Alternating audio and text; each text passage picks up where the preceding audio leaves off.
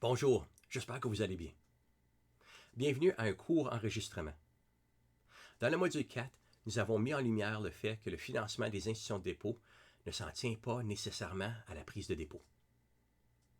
Les marchés de capitaux constituent une solution de rechange importante en ce qui est trait au financement des sociétés, y compris des grandes institutions de dépôt. Mais au fil des ans, les institutions de dépôt et les banques d'investissement, particulièrement les plus énormes de celles-ci aux États-Unis, en Europe et au Royaume-Uni, sont devenus des participants directs dans les marchés des capitaux, et non uniquement des intermédiaires dans ces marchés dans le cas des banques d'investissement. Ce faisant, ces institutions financières ont contribué 3 catalyseurs importants à la crise financière de 2008.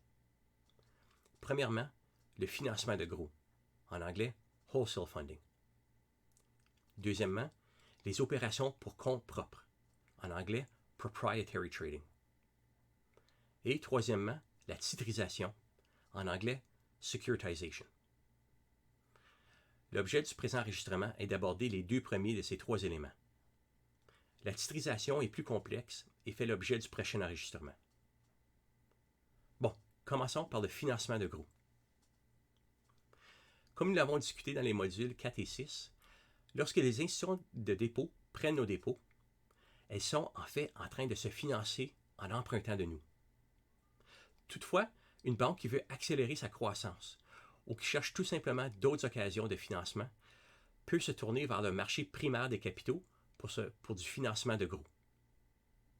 Dans les années qui ont mené à la crise financière mondiale de 2008, de nombreuses banques américaines, européennes et du Royaume-Uni ont emprunté des sommes faramineuses sur les marchés à court terme pour financer leurs opérations, y compris pour financer la croissance de leurs placements et autres actifs à moyen et long terme.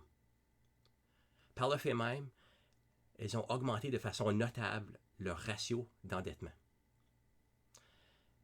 Elles sont ainsi venues à courir des risques importants en devenant très dépendantes d'un accès continu à des liquidités sur les marchés des capitaux.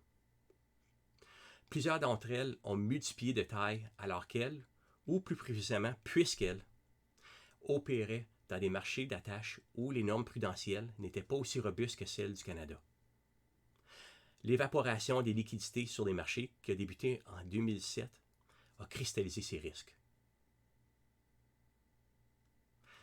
Passons maintenant aux opérations pour compte propre. Un bon nombre de banques ont étendu leurs opérations aux services bancaires d'investissement, ce qui leur a permis d'ajouter à leurs activités de prêt celles d'intermédiaires sur les marchés de capitaux, mais aussi le phénomène grandissant des activités pour compte propre. Les banques d'investissement indépendantes et celles qui sont au sein des plus importants groupes bancaires du monde ont constaté les profits monumentaux que pouvaient découler de la combinaison de leurs expertises quant au marché des capitaux et de leurs opérations pour compte propre dans ces marchés.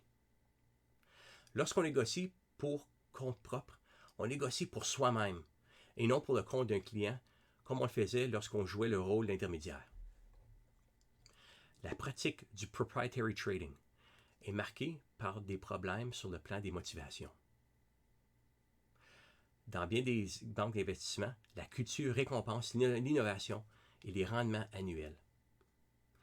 Une telle culture, avec ses bonnies annuels astronomiques aux employés, selon le rendement qu'ils ont généré durant l'année, a donné lieu à une prolifération de produits hyper complexes et myopes sur le plan des conséquences. Ces produits hyper complexes renfermaient des risques de crédit et d'investissement très difficiles à cerner et à maîtriser. En raison des opérations pour compte propre, les banques d'investissement sont devenues elles-mêmes des spéculateurs importants sur les marchés des capitaux. Certaines de ces banques américaines ont conservé d'énormes quantités de titres adossés à des créances et d'énormes quantités de swaps sur défaillance qui, comme nous allons le voir dans le prochain enregistrement, sont des valeurs mobilières qui se sont révélées très risquées. En raison des opérations pour compte propre, certaines banques d'investissement américaines se sont même lancées dans la pratique de vendre des valeurs mobilières à leurs clients pour ensuite parier contre elles.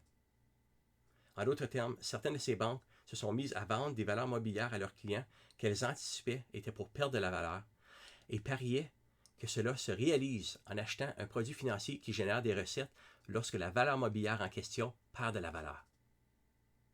Nous allons discuter de ces valeurs mobilières et de ce produit financier dans le prochain enregistrement. Voilà donc qui met fin au présent enregistrement. À bientôt.